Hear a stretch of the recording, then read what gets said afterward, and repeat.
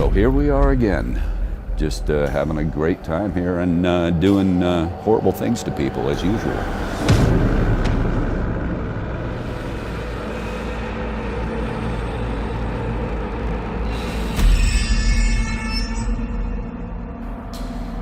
Yes, I will kill someone on film. Hey everybody, Matt from Gun here. I'm on location in Los Angeles at the House of Moves. We're going to be filming some motion capture for the Texas Chain Saw Massacre. We got a lot of work to do, so let's get to it.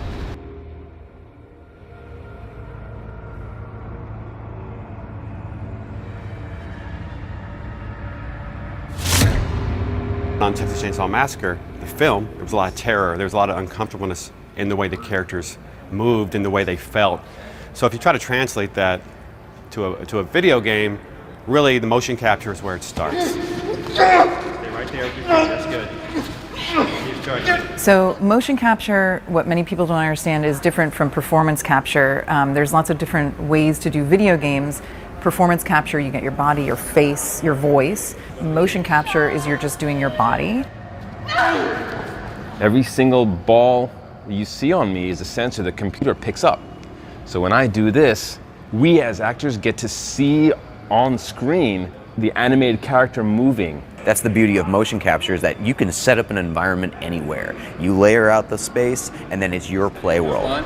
Feet here, feet there. It's not yeah, there you go. And so the energy that I get from the other actors is what I need, because I have to create everything else around me. And so the one thing that's true is you. The one thing that's true is me, and then we can live together in that reality that we've created. And that's the glory of motion capture. Thank you. If you think about a basic character, the different states that you go through if you're playing a game, so really you have the walk, or even a crouch, or have a sprint, and then at any moment you could attack, or open a door, or pick up an item. So really it's about trying to understand every movement you want. That way we have the hammer in there where you can break it off separately. And another one of these too. Yeah. All of a sudden you have 500 shots you have to get, which are multiple animations per shot. And then you try to book enough time to capture those and hope that you get it done. So really it's very organized chaos. I like that faster kind of crazy. Yeah, there's a lot more energy there. Yeah. It wasn't about cutting something out, but more that kind of speed in it. Yeah. It just felt more frantic. Really what we're looking for throughout this whole entire session is, do they look like they would if they were in the film? Really, that's what we're trying to capture. So. And 3, 2, 1, action! The other people that are doing motion capture are a number of very experienced motion capture actors, so that helps, just knowing the process, because it's a whole different deal than just shooting film. I mean, movie aside, you don't do it for this many hours, at least the same thing over and over. At least you're filming like a scene for maybe an hour, and then you're moving on, and then maybe it might be a happy scene. This might be a little bit more tougher, I think. What's been really interesting about motion capture for me is the specifics that you need in an acting piece. If I was to just do a slash, I might feel it in the moment. I might get really prepared and just do what feels right. Yeah, you can do that. It's almost like dancing. There's a choreography to it. Dancers have to have that emotion, but they actually have to know where they're going to be on the stage. Being a dancer, I think, gives you superpower as an actor, maybe. Actually, that's a pretty good way to put it. Where you can use your body and have command of certain things, and know you can do things, or how to bring them to life. Using those skills as a dancer to build character, actor moments, recognizable things. We want someone that can move like Sally towards the end of that film. She can barely walk, she can barely run. You can just feel the emotion as you watch it. So it's uncomfortable. So when we look at movement in our game, we need to capture that. So we needed actors, specifically actors in horror or close to it, that could give us what we were looking for. We decided this time to bring in some actors that are known for horror, even though they're not playing a character that they necessarily played. They're just great actors. Now here's a little bit of horror trivia. This is why I feel a little ashamed. I never saw the original Texas Chainsaw Massacre. Watched it several times to really get the essence of him. Roach, in a weird way, and People Under the Stairs was very similar to the idea that it was fun to mess with the people in People Under the Stairs to protect the little girl. Well, he was a good guy, but the hitchhiker enjoys messing with people to terrorize them. And then go back to standard. And you can never play a bad guy. There's no such thing as being a bad guy. You don't think you're a bad guy. All you think you're doing is having fun. It's just to you, having fun in your world means lives don't matter. Invite me to your next birthday party. It's been really neat with, Kane and the guys from the game really letting you cut loose physically, which again, I've never really done because it's just not the parts smaller, boyish faced men get. Action.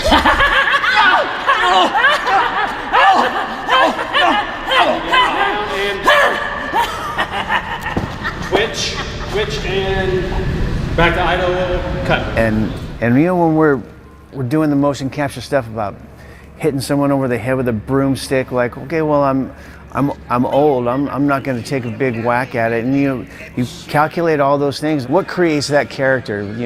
The mood, the environment, the age, the muscle, the weight, and it's kind of creating your own personal algorithm for everything that you're going to do. Oh my God! Help me!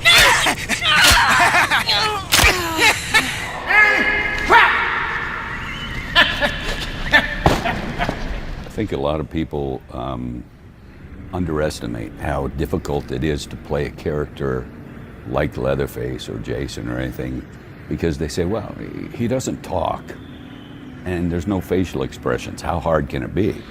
And my point is, that's exactly why it is more difficult, because you don't have those tools. How do you look scary just by the way you stand without making it look like you're trying to look scary? Point being, with Leatherface, I'm trying to incorporate what I did in the past, partially, because I did do a number of scenes as Leatherface, and also out of respect to Gunnar Hansen, who was the first Leatherface. That's the iconic one, the first time you see the character, and he did so many amazing things. I'm trying to incorporate some of his personality traits, like a little bit of a twitch, and even though you're never going to see it, I do what Gunnar did as the character a lot. I lick my teeth. Gunnar did that a lot. It was creepy as hell.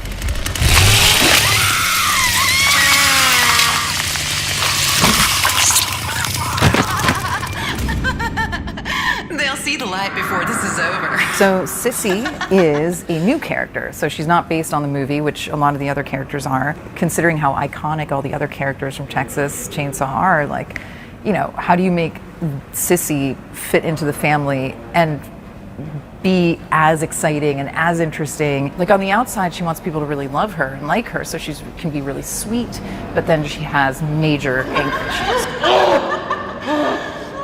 So you say the wrong thing and she's just flips a switch.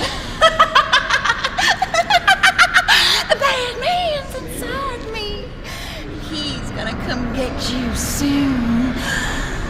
I'm gonna find out what you taste like. Johnny is a new character, never been before seen, not in the canon yet of Texas Chainsaw Massacre. He's the guy you'll meet at the bar in town that'll talk to the ladies, get him feel very comfortable, and then bring him down to the house. And then he turns into a not so nice guy when the bad man takes over. A lot of people think that horror movies and playing a victim is pretty easy, but it really does a lot of damage to your body and to your emotional state, and I feel like not a lot of people can get to that vulnerable state.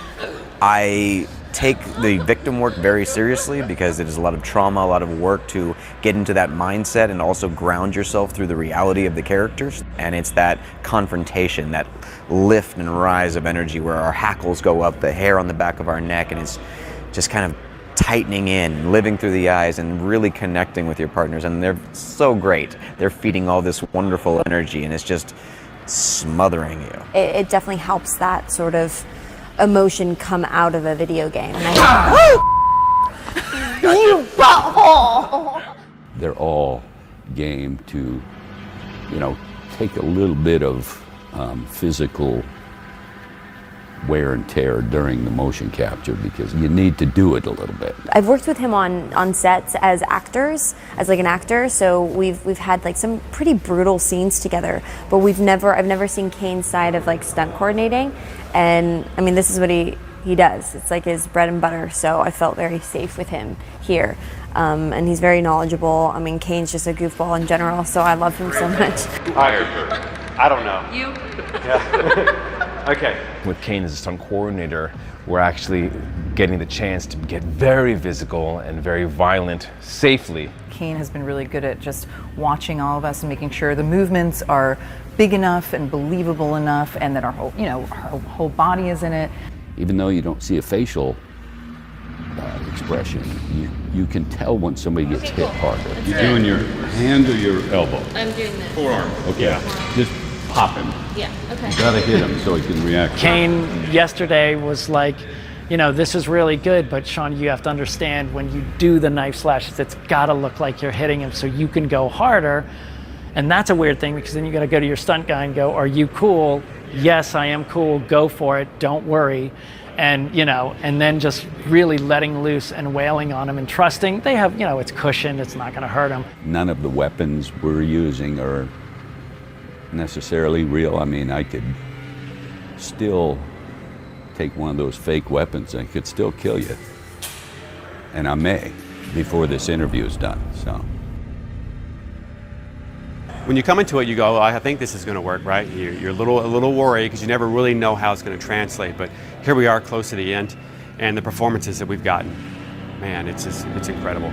Any time in which I can live out both fantasies and nightmares for the fans and for the people who are going to be playing these games, it is such a sweet, golden opportunity. I'm a huge Texas Chain Saw fan, so to be able to create Sissy was like a dream. Everyone here behind me and the way they're working and putting this thing together, so much is going into it, and it's amazing. It's just a really fun group of people, and man, when you play Never Have I Ever, when you're not drunk, you get to know someone really well.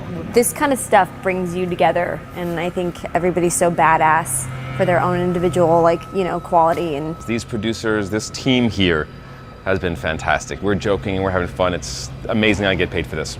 People are going to play a character in a video game that is actually me. Is just mind-boggling to think about. All the characters, all the animations, all the features kind of tie together, and they pay tribute and respect to the film. Really, that's what we're about, is trying to make sure that when you play our game, it looks and feels like the Texas Chain Saw Massacre.